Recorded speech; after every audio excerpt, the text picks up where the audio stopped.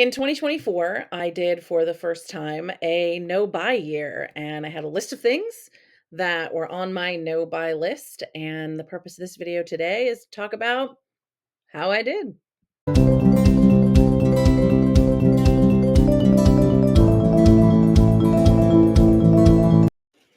All right. So, if you don't know what a no buy year is, it kind of is exactly how it sounds. You have a list of things that are on your no buy list for either the year, in the case of a no buy year, but you could do it for a week or a month. And there's a lot of reasons people do it. Usually it's to, kind of force yourself into saving more money, right? Like if you say like, "Oh, I'm going to do a no buy January and I'm not going to spend any money in the month of January," then that'll give you more money to kind of help you accelerate or just kind of kickstart maybe some savings or something like that. I don't necessarily think that I particularly have that issue. I mean, yeah, I always kind of want more savings. But my problem was I was getting to the ends of the year and I was starting to feel like not that I wasn't saving enough, like I thought I would be saving more. And I was finding that I was spending money on things that I didn't need to be spending money on. And so I wanted to be a bit more of a conscientious consumer.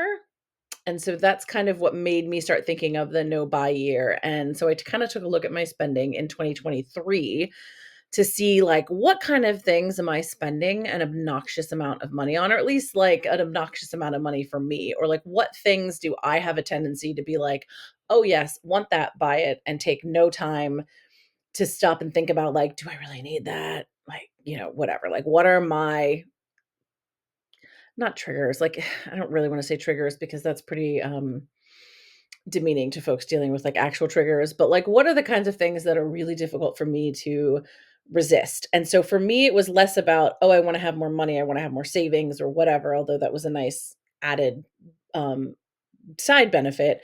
It was more like, I want to make myself behave with money. I want to make myself like do what I need to do.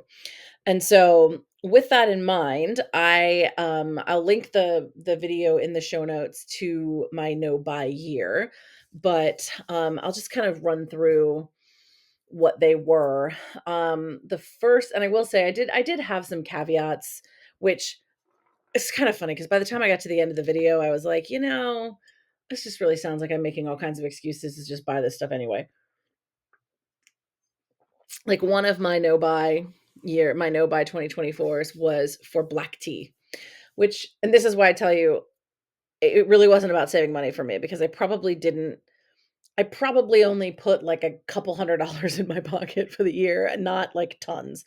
But I have such a problem whenever I go, like if I go to a little festival or like a wine tasting kind of, or beer festival or like a fall fair or whatever.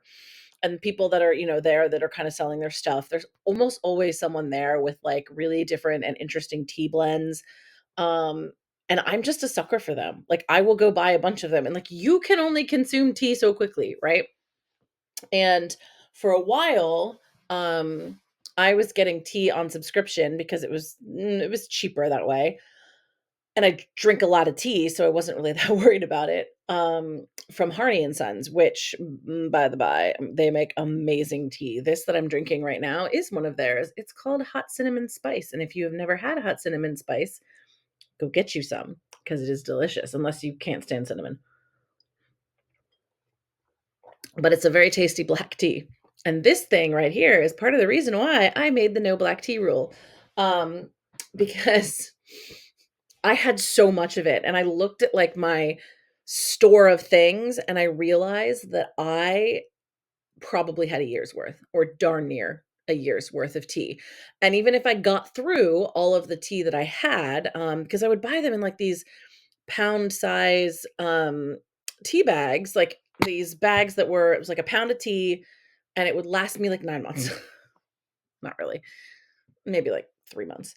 But I had them on, like, like a renewal on a subscription, so I would get a bag like every, maybe 3 months or something like that, and I would get a Scottish morning tea, which Scottish breakfast tea is like the best tea. And then I would have a Scottish afternoon tea, like that would be like my afternoon. I had tea in my office, tea at house, crazy. So I had a no buy year to just not buy any black tea because I thought, there is enough of the Scottish morning and there's enough of the Scottish afternoon that truly it will last me most of the year. And at the point where I no longer have it, I have plenty of other black teas. Like this hot cinnamon spice is a black tea that like I can just drink that when it comes time when I want tea. And I drink tea every day. Like this is yeah. So it was more about like I guess probably because I would drink it every day and I have like 2, maybe 3 cups of tea a day. I guess that's probably where in my mind I was like, well, I'll buy it. I drink tea all the time. And I got to a point where I was like, I have an obnoxious amount of tea and I just need to drink it and not buy any more. So I did that. And I made it until about August, September-ish. And I got an email and I didn't buy. Now, I did have some caveats with that. One of which was because I am a bit of a tea snob, I usually travel with tea. Like if I'm going to a conference or if I'm going away on vacation, like I'll bring some tea with me in bags because I don't want to deal with loose leaf tea on the road. And when I go hiking, I take tea with me because I'm a caffeine addict and I need the caffeine. And so, and I would also do that in bags just because that's when you're backpacking, you kind of want the least amount of fuss possible. Um, so my caveat to that was if any of those ran out, I would buy tea to replace them because I couldn't replace them any other way. But as far as like the loose leaf tea at home, I'm doing. And I made it till about September, October-ish, maybe even August, I don't know, but sometime, kind of pretty late in the year. And I get an email from Harney and Sons, and Harney and Sons was like, "Hey, you have like a $22 store credit," which was the thing where like it's one of those things I think whenever you buy like you buy something you get like 5%, back to you or whatever. But anyway, I had like $20 or and change worth of like free tea. And I thought, I look, but and I like had to Google it because I'm like, I don't even know how long this lasts. And they couldn't tell me the date, like that it would expire. So I Googled and it said like it doesn't stay around for longer than a year. And I was like, well, I know I don't know when I would have bought tea in 2023, but I know I have not bought any in the entirety of 2024. So it's been at least like 9 months. So I thought, I don't really want that to go to waste, so I will buy that. So I did buy some tea, some black tea because of that. And then one other time I bought tea, towards the end of the year when I got sick, I went to the grocery store and I ended up just buying black tea bags, with the intent to take them. I am out of black tea bags in my office. So my intent was to take them into the office, mostly because I was so unbelievably sick and I will drink tea with like honey and lemon and stuff like that. And I was like, I just don't want to stand there and fuss with using like loose leaf tea and then having to clean up the loose leaf tea. Like I want to just be able to throw out the tea bag, put the teacup in the dishwasher and not have to like clean the strainer and this and that, whatever, when I was sick. So I did do that. Um, and like I said, with the goal of taking whatever I didn't use into the office because my office was done. So I will call that a win. I will call that I did that, um, mostly because I was, like I said, replacing the office ones and I wasn't really like spending money out of pocket for the other tea. Um, so, but I'm still actually at a point where I think I'm going to do it again because I think I haven't gotten through all of the tea that I was hoping to get through. So I think I'm gonna do that again for 2025, a no buy year for tea. One of my other no buy years was like outdoor equipment and gear. With a few caveats that were related to things that I knew I was gonna have to replace or like I use a Sawyer squeeze when I go hiking, and I use that to filter water. Realistically, They're like 40 bucks.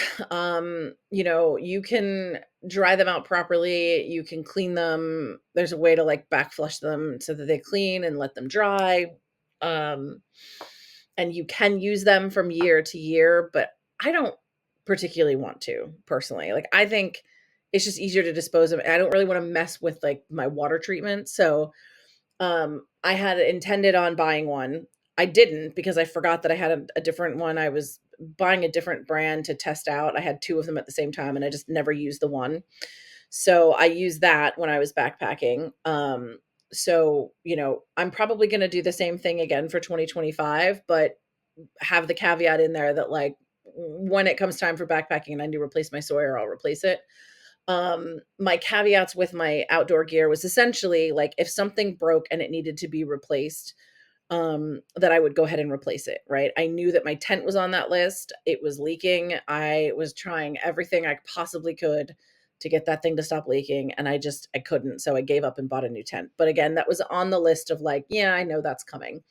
I wanted to, if something broke that I didn't really need, hold off on replacing it. But like I don't want to not be able to cook with my cook stove. So like if my stove broke, I was going to need to buy a stove. It didn't. I knew I would need to replace fuel and stuff like that. So kind of the same thing this year, only I do have some things that are on the list to buy if I come across a deal that I like, but these are kind of expenses that even if they end up being expensive, like I'm okay with buying and I don't really count that as things I shouldn't have bought. I really need to replace my ski goggles. I'm actually going skiing tomorrow and I didn't replace them last year. It was on my list of like, yep, I'll buy those if I find some good ones because the skiing was terrible pretty much all year. And so I just need to suck it up and buy them, but like they're so expensive. And I think last year I was like, "Oh, I'll get some at the end of the season," and then I just never got around to doing that. And you know what? My phone is about to go off. I have an alert for a meeting that I've got to go to in about an hour. So, oh dear, my friend I'm going skiing with just called me. I'll have to call her back in a second. So anyway, ski goggles on that list.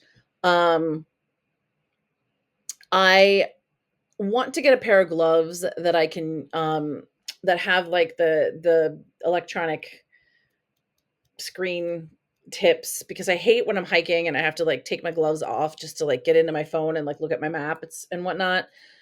That's a pain. It's cold in the winter. So I'd like to get something I don't have to do that with. I do need to get a cover for the seat to my kayak just to kind of keep things out of it. And I want to get either a bilge pump or a bilge sponge so that if it takes on water, I can pump the water out. Like it's kind of an important safety feature. I didn't get one last year. I don't know. I never got around to it, I guess. Every time I wanted to go to the place where I went to a couple places that didn't have them. And then the place that I thought was most likely to have them, like anytime I thought about it, like I was driving past and I went, oh, I should swing in there. And they were closed. So that's on the list of things that I definitely want to get. I do want to invest in some merino wool underlayers, if not other clothes for travel. See, there it is. Just because, like, it's just better for you to hike in that kind of stuff. Like, it holds moisture better, like it like wicks it away from your skin, gets rid of it in ways that like other synthetics and cottons like don't do. It keeps away the smell and so I just think there's some clothing upgrades that I want to do. Um so yeah, I want to do more biking, so I think I really need a pair of padded bike shorts because that gets uncomfortable after a while. So that's on the list of things that I may buy. Um I guess I could call this a travel thing. I'm looking at getting a wheeled backpack. Osprey makes a wheeled backpack because I'd like to. I mean, I don't really care one way or the other, but I need to look at one. My mom and I are going to do some travel and kind of some of the stuff we're going to do like in different places in Europe. Like it's just hard to wheel, but it's also hard for her to like wear everything in a backpack. So I'm thinking we can kind of split the difference and get those little like backpacks that have wheels, that have handles, so that like when she can pull it behind her, she can pull it behind her. And when it makes more sense to put it on her back, she can do that. So that's a possibility of something to get. And I would really, really, really like to get a new like down puffy jacket. But I don't really want to get one of those until I lose more weight. So it's kind of on the list of like, maybes, maybe. Um, all right, let's see. What else was on the list? Oh, I did not want to do like any new beauty products. Same thing, like just wanted to use up what I had. My only real caveat there was like if I was going to go to Sam's Club like and buy like the 2 pack of like shampoo because I needed new shampoo and it just came in a 2 pack. I didn't want to have like lots of extra stuff without having used up the stuff beforehand, but when it really comes down to it, like I mean, sometimes you can get things at Sam's for like you get 2 for the price of like 1 in a grocery store. So, I did do that, but I didn't buy other like, vitamin C serums and like this and that and whatever. It was pretty much just kind of standard stuff. So, check that box off. So that's exciting. And my last thing was kitchen gadgets. I did not want to buy things for the kitchen that was unless it like something needed to actually be replaced because it broke. And I did buy an air fryer, which I had been thinking about buying for a while. I just was kind of hemming and hawing as I thought, like, I just don't really have the space for it. And I bought it's a Ninja air fryer, but it will tip up. And so you won't really lose your counter space permanently. And I had been kind of hemming and hawing because I saw them. And I'm like, oh, I kind of like them. Like, I think I like that. I think I like that. I think I might get that. But like, I didn't want to buy it yet, right? No buy year and all that. And then my toaster died and my toaster oven died. So like my toaster died and I was like, no big deal. I'll just use my toaster oven from now. Like I'll just use toaster oven. Like fine, I can make toast that way. And I honestly do eat a lot of toast. I will make my own bread, so I will just, have toast in the morning with my tea and like that's breakfast. Um so I my toaster died and I was like, no big deal. I'll get out the toaster oven and I'll just use that for toast, whatever. And I was using it for probably like a month. And then one day I had toast in there. And I was like walking into the kitchen and I'm going, why does it smell like burning plastic or like something's on fire? And I go back to where the toaster oven is and it's coming from the toaster oven and it's like kind of smoking a little bit. And even then, at first, I was like, oh, it's probably like burnt crumbs or like there's something. No, I think the wiring got messed up. I mean, it was fairly old. It was in my parents' motorhome, and they got rid of their motorhome around 2013, maybe 14, 15, something around. I don't remember exactly when they got rid of it, but like kind of around there. So it's almost 10 years old. Um, well, no, it's more than 10 years old. It's been out of their motorhome for about 10 years. So I was like, I don't know about this. And I thought, all right, maybe it was a weird fluke thing, cleaned it, whatever, tried it again the next day. And I was like, oh no, there's something wrong here. So I got rid of it. But because I got rid of it, now I didn't have anything to make toast with. So it was either buy a new toaster, buy another toaster oven, or get this Ninja air fryer, which is like it's like a 7-in-1 or an 8-in-1. So it will bake, it will air fry, it will toast, it will like reheat and all of the things. So I'm fine with it. I am okay with it. It honestly replaced 2 items, so I don't really view that as a like violation of the spirit of the rule. But yeah, so my plan so far, I mean, that's kind of how I did in 2024. Pretty excited. I think I stuck to it pretty well. And no by months or years or whatever. You're kind of similar to like your savings goals, right? If you try to save up $5,000 and you don't quite get there, you only get to $4,500. Like, okay, yeah, you didn't reach your goal, but you're also way closer to that goal or way closer to that amount of money by setting that goal in the first place. So for me, like, yep, I want to do this no buy year. And even if I fell off the wagon a couple of times, like I still did a lot better than I would have if I wasn't trying to like not do or wasn't specifically trying to not buy them all year long. So we'll see. I'll put out a video that's going to be like my official no buy list for 2025, but I think I'm going to keep everything that I've got going now because I'm pretty happy with the outcomes there. I should probably total up the amount of, maybe I'll do that for next year now that I can kind of see like, I don't know. I wasn't really keeping a running track of like, you know, this is what I spent on these things then, and this is what I've spent now. I mean, I didn't buy any, um, pretty excited by it, but like I didn't buy any beauty products. Like my only caveat there was like if I use toothpaste tablets for when I hike. So like if I had to replace those because I was out of them, I would do that.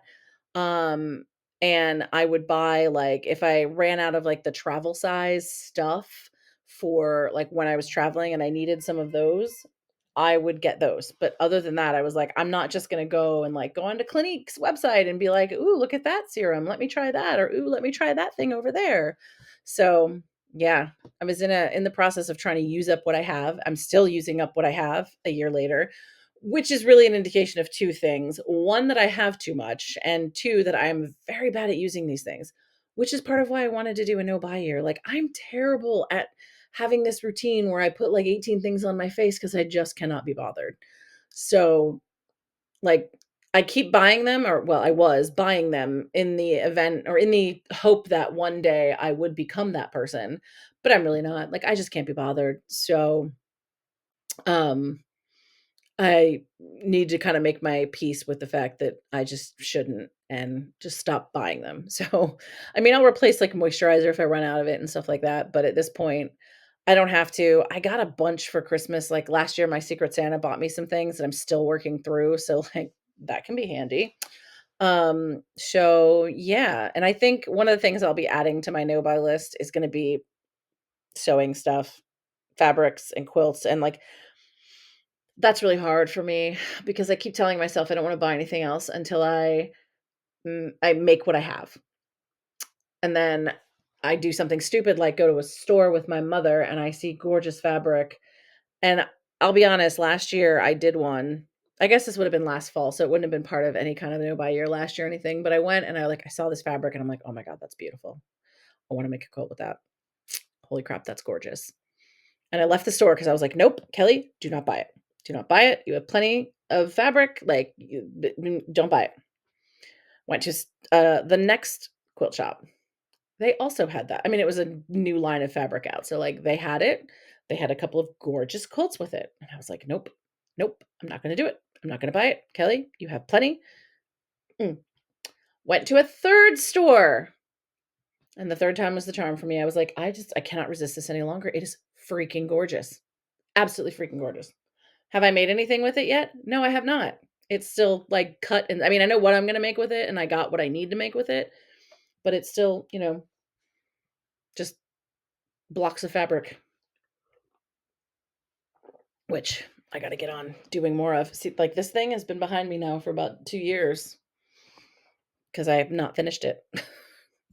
So, I need to kind of like, that is definitely something that needs to be going on my list. But yeah, I think I did pretty good. I think I did pretty good for the no buy year. I am gonna put a video out in a little bit that talks about my, no buy year for next year. So I've added a couple, it's gonna basically be this and a couple more things. One of those things is and I'm kinda toying with the idea of trying to do, like, a no spend month in November or December, partially because I feel like the last 2 months of the year, all I did was just set money on fire.